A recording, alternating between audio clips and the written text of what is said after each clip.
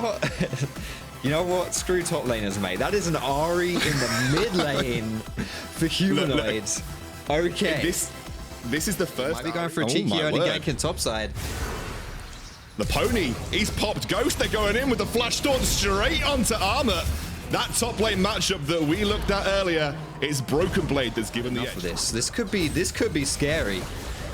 I mean, it could be. Gilly's looking for the engage straight on to Kazi. Oh my word, the shockwave just whipped, but here comes Broken Blade. The hook lands straight onto Humanoid. Limit will pick up the kill, but they'll trade one back onto Broken Blade. Limit looking to go more aggressive here as Kaiser and Kazi are still low HP, but it might be a risky play to make happen as Abadage is low. They're going to flay him in. Not risky enough. Abadage takes the kill, and now Neon finds another.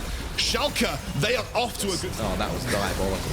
But yeah, honestly, I thought Schalke had played it well enough. All over the place, Ahri kind of dips and dives. I'm not trying to quote dodgeball here, but dips and dives out of those fights and basically they go for it. They are a glutton for punishment in this spot, and as Broken Blade comes back down, that is the Shen pick in full force, making the tower dive. Kaiser now by himself. I don't think you're getting anywhere, especially not without your horse, because it's a very, very big, scary undead horse who's going to charge you down at this time as well. So you know the jungler's not going to be there. You know you're going to have the numbers advantage. Just really smart there by Schalke to get that play, as we're going to see. Thank you, observers, for switching to the goal, because it's a perfect transition for what you were saying here. In the jungle, you've got that 1k difference. Bot side, it's only 700. So there's a bit of a difference in the Diffie and the Tiffy as well up there in top, but I think Broken Blade, speaking of top lane problems here, I think he might be in a bit of a pickle. I don't think he's got any friends nearby to help him. I think he's just dead, mate. He's chain CC'd, locked up. Kaiser actually picks up the kill, and that'll be another turret for Mad, surely off the back of this, especially now that plates have just dropped. Despite all the effort that went into bot lane tower dives, Mad are still taking the objectives that count. Mad lines. Yeah, he is almost 50 CS up on his opponent. We're going to see Limit caught out here. Nothing he can do as Armut picks up the kill potential, I guess, with the Ahri charm. And we've all seen what Rel can do when she engages fights as well. She's absolutely nutty, mate.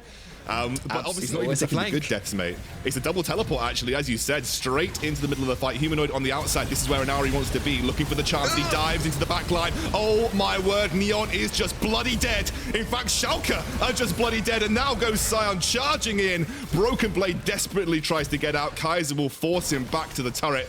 And Elyoya and team have just absolutely crushed it here. Schalke's playoff runs are slipping away by the moment.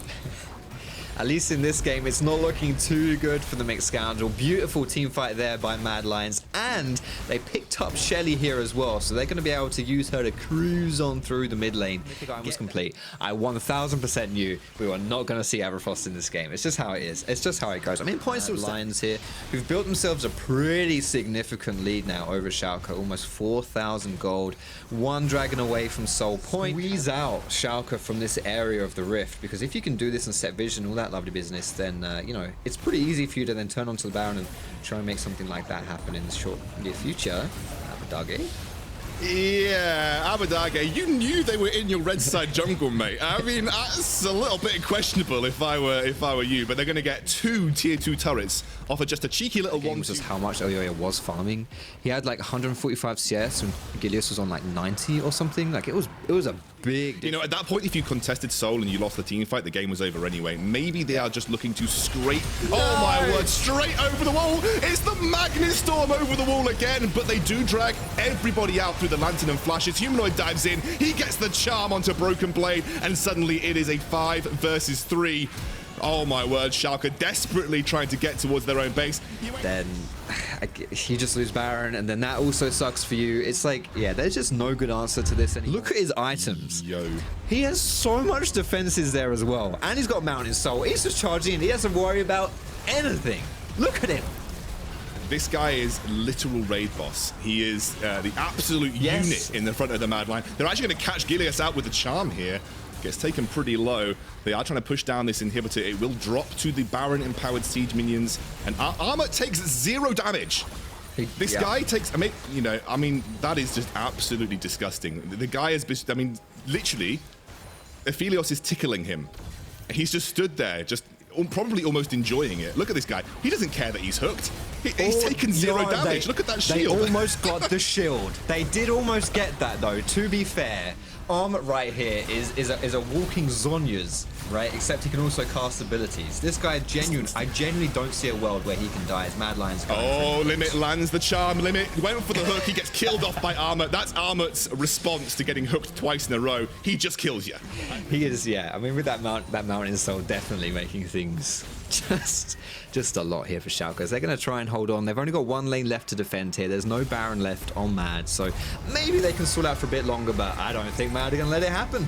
And then he charges in, and again, it just zones him out. I mean, you're hooking the wrong target, Limit. You don't want this guy. He's just too big as the Magnet Storm comes in, absolutely decimating Schalke's backline. They're trying their best, but they just don't have the damage. Mad absolutely slaughter Schalke in their own base, and they're going for the win. A triple kill for the absolute beast in the jungle that is Elyoya, and they'll take the final nail in the coffin. Mad are pushing for the win. They don't believe in miracles. They're going for that third and fourth spot, and potentially, Foxy, they're going to challenge the top of the standings in the LEC. Mad Lion's going to be really happy with this one. This was a clinic from start to finish. It looked a little teeny bit dicey for the bot side. How Viteo chooses to respond. He is a bit more of an aggressive mid laner, and it's the Yone. Okay, didn't even think about that one. Just slapping that one right down. Vandal was leaving lane, and he was able to walk into the river, get rid of all of Astralis' vision here. They got to push into mid as well. Patient tools as well. But here we go, Misfits going for the dive. Uh-oh, it's the four-man dive police, and they are going to arrest Promiscu. He gets taken down very low. First blood is there. Viteo will jump out of that engage. Vanda over to Misfits. We're very happy about that. Oh, no. This is a bit of a yikes. This is a bit of a yikes, but Jessica will be able to flush out and has the backup of Zanzara. Go for objectives as Misfits here. 11 minutes into the game are going to be able to pick up their second dragon here. It's going to be an Ocean, setting us up for a Cloud Soul as the game goes on. Yeah, and the help that Viteo has had in the mid lane has allowed him to have much more, like a very heavy mid prio. Vanda Hex Flash immediately countered by MagiFelix's flush as well. But again, they are just putting pressure onto MagiFelix in this mid lane. They're going to drop the Herald, potentially the Drowsy coming through. Are they going to go for the dive? MagiFelix tried, fake sealed, bops him under tower, and that is a kill for Viteo, and they will get a huge amount of plates off the back of it as well. Yeah, that's a big play right there from Misfits. It's not done just yet. Astralis going to be looking to make something happen, but oh my sweet, oh no, Misfits are doing it again. MagiFelix, he's going to be put to sleep in more ways than one. He's down in that mid lane, not going to be able to do anything there. Kobe's going on Jessica again, not the 1v1 once more. Kobe with a flash from the Blade Caller there, that's nicely done. 1v1 going over in the favor of Misfits AD carry once again. It's all happening everywhere. Astralis, they're losing their marbles left, right, and center. Misfits diving tier 2 tower 14 minutes into the game. Oh my goodness, what maybe he is, you know. Okay, I'm just gonna I'm just gonna hand this over to the adults here. You can take it away. Quick shot, please save me.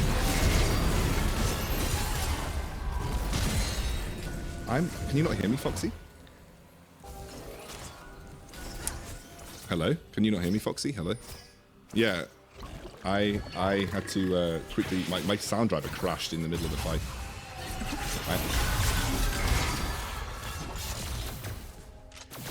Hello and welcome everybody proactively. And last week, one of the things we talked a lot about was how well Viteo and Razork had comboed up. We'll continue the story in a moment as Misfits are 2 dragons up, 4,500 gold. Vito's Yone is so incredibly fed. 3-0-2 coming into the fight. Razork is inside the pit. This is the 3rd dragon of the game. Good Zanzara, he got it! Pulverized, the engage goes in. It's Zanzara that secures the dragon, but it will be the fight to Misfits. They managed to pick up one. It's not done yet. There's the dash in from Kobe. Manages to close out the second of the fight. Now turn their attention to the bottom lane tower. I mean, all things considered, not too bad for Astralis. They only lose. Does back up, but now Astralis with that pressure from the bot river.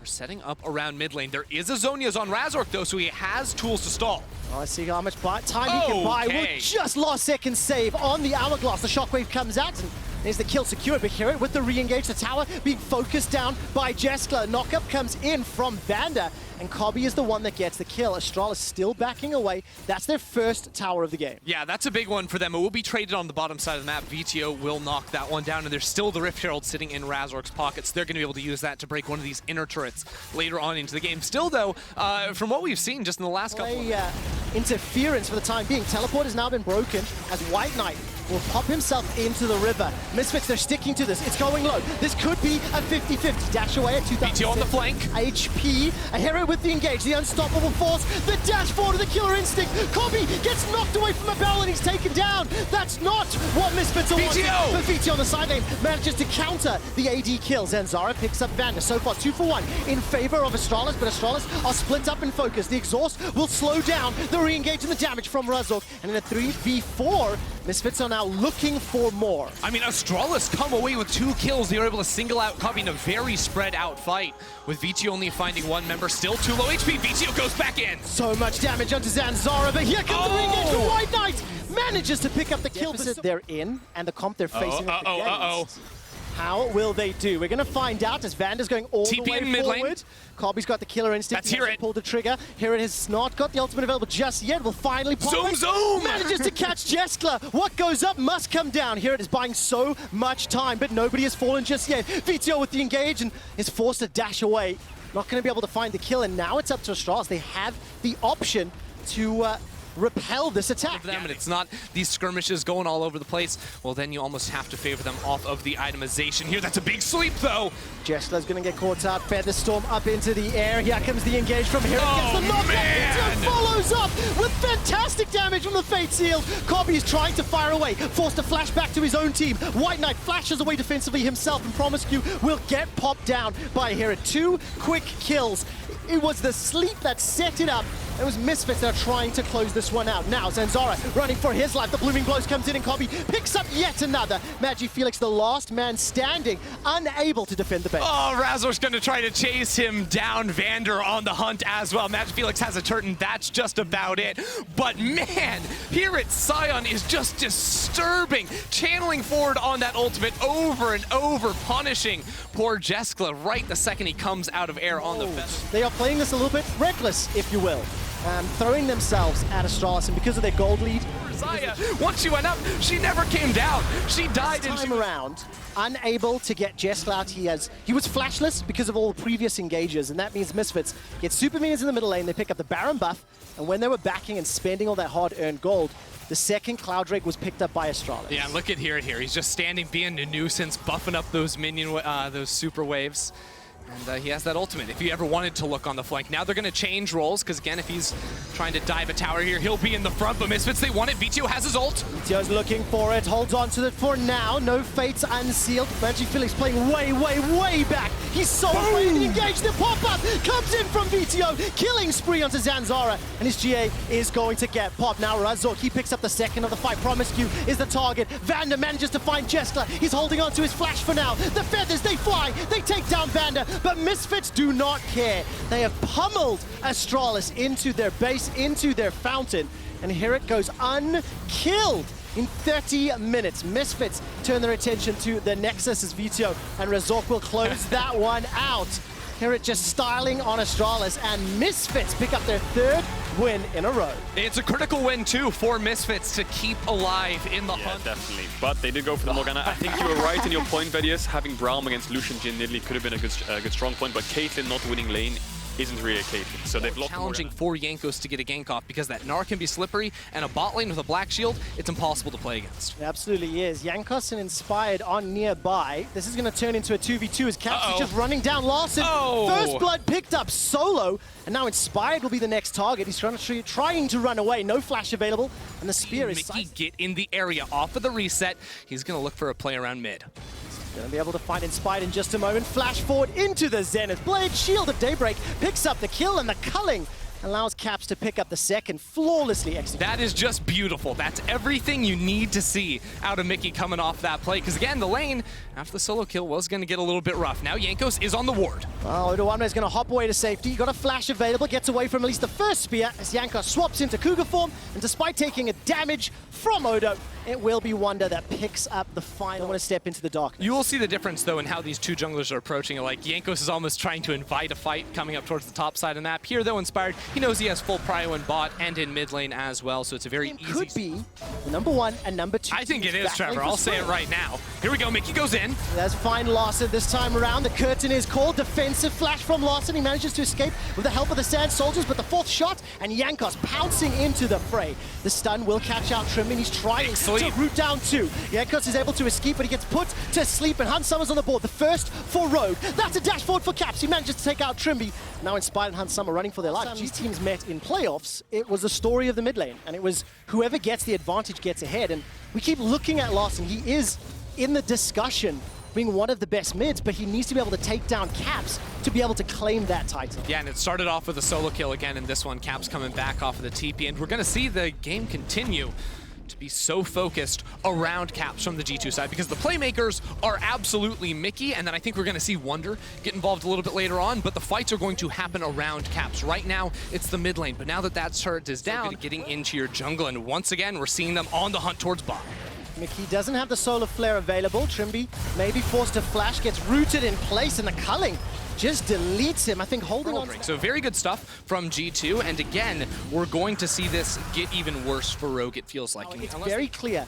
G2 are looking for map domination and trying to push these waves in. Here's the thing, though, is Rogue are responding to this attack so much better than the last time around to be able to play for the spot lane tower. Not for a very, very long time, at the very least. And because this Lucian is so turbo-fed, it seems like it's easier, because Rogue's comp is a lot about keeping range.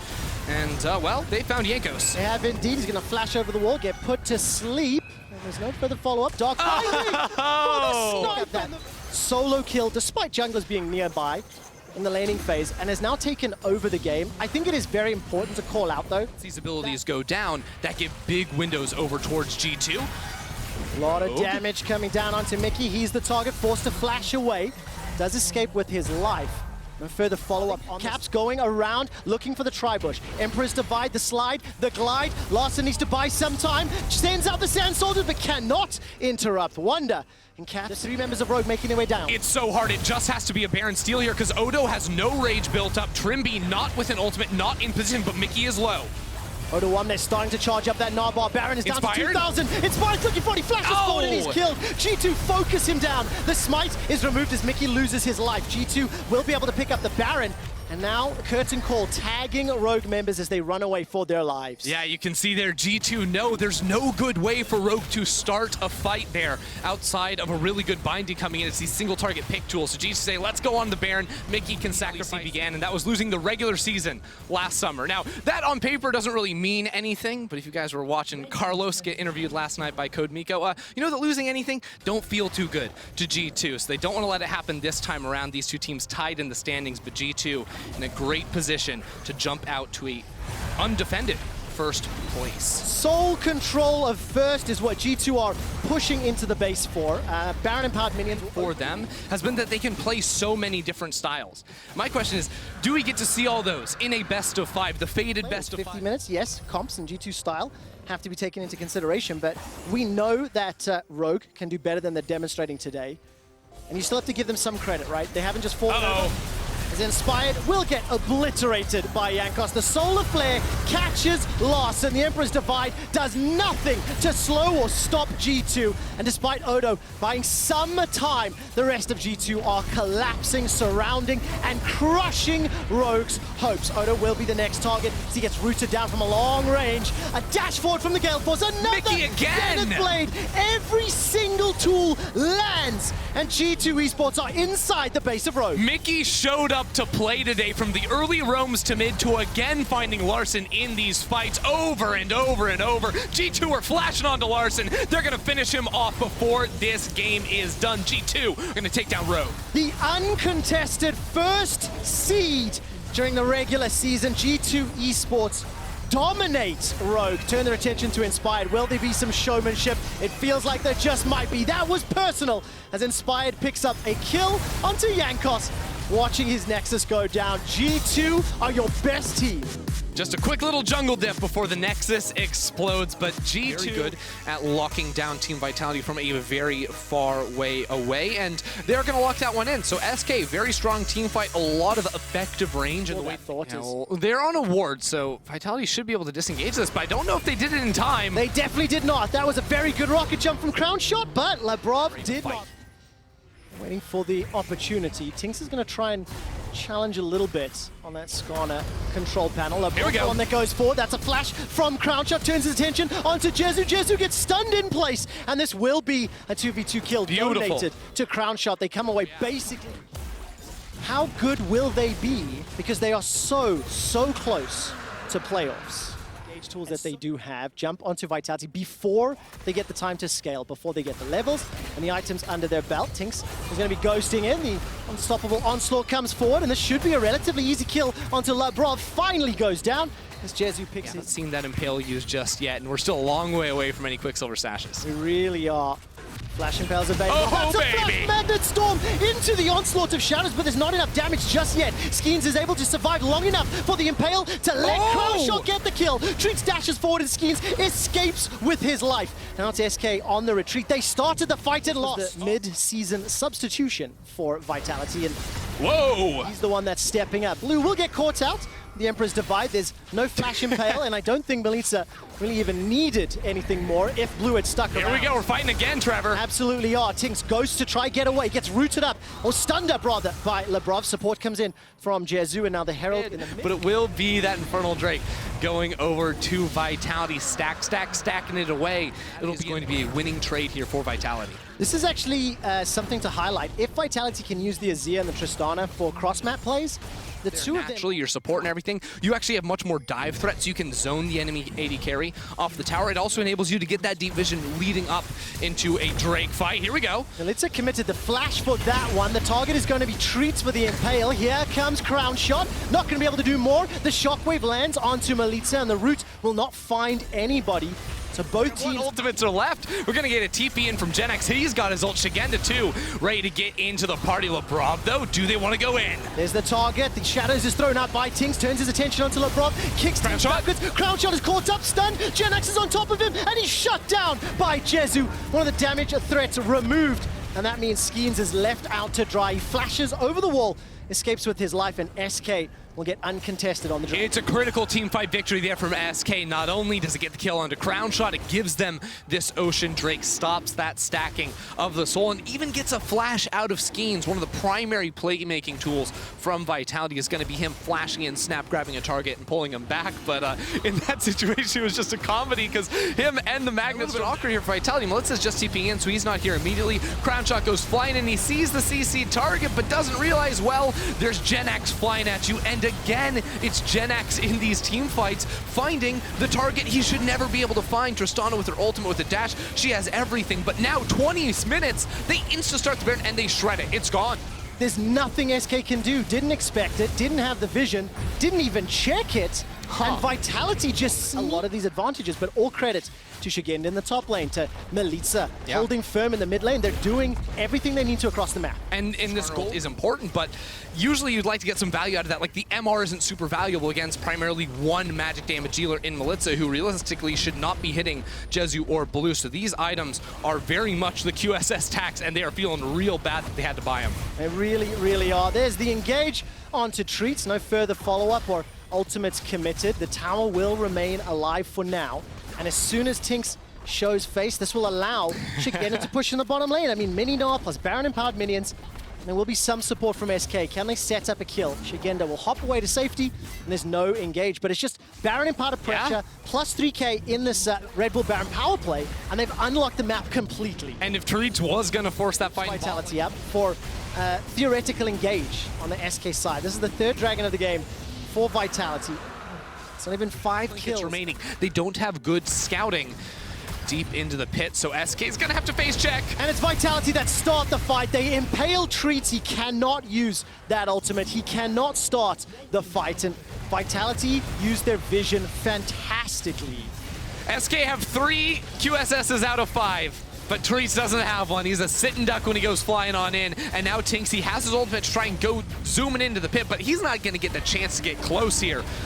LeBron is do? completely zoning him away. The curtain call does nothing as the final shot made me cringe. LeBron flank, LeBron is looking for a target. It's Tinks that gets jumped on. Tinks has still got the ultimate and the ghost to escape, and that's what he's going to need to do. If you're dropping games against teams like Vitality, well, now that top 3 question, it's a little bit out of it. Shigenda jumps away, throws him off of him, and now Vitality, they don't have to worry about that onslaught of shadows anymore.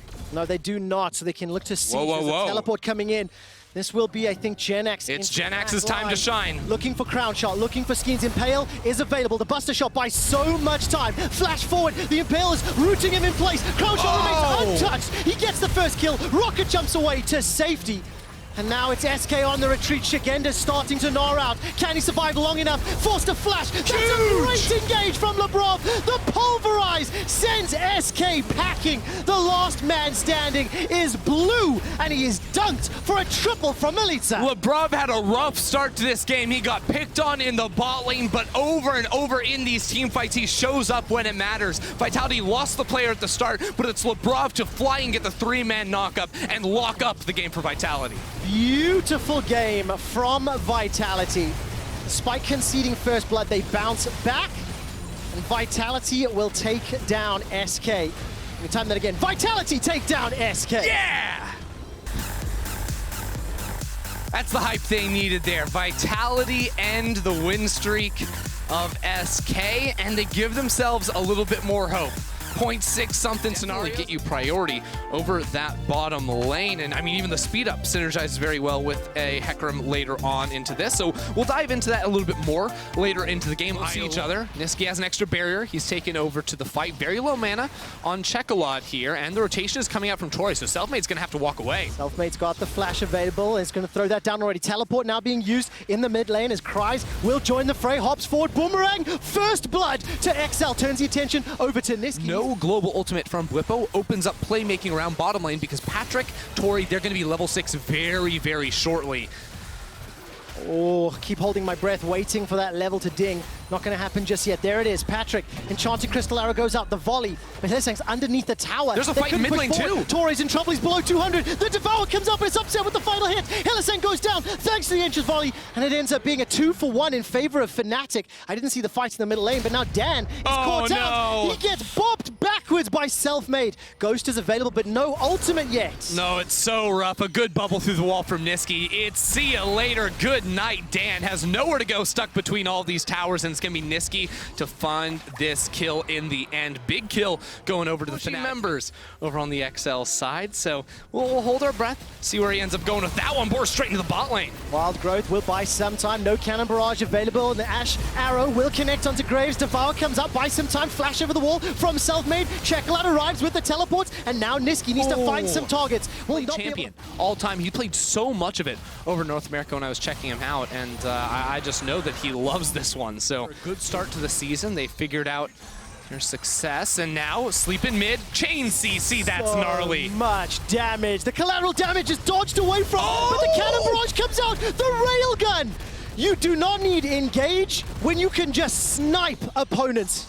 Left, right, forward, backward. He can't dodge everything. KazaLoLL feeling real bad after that one. He thought he got away, but Upset and Bwipo had a little bit more to say about it. I mean, that was just terrifying and frustrating.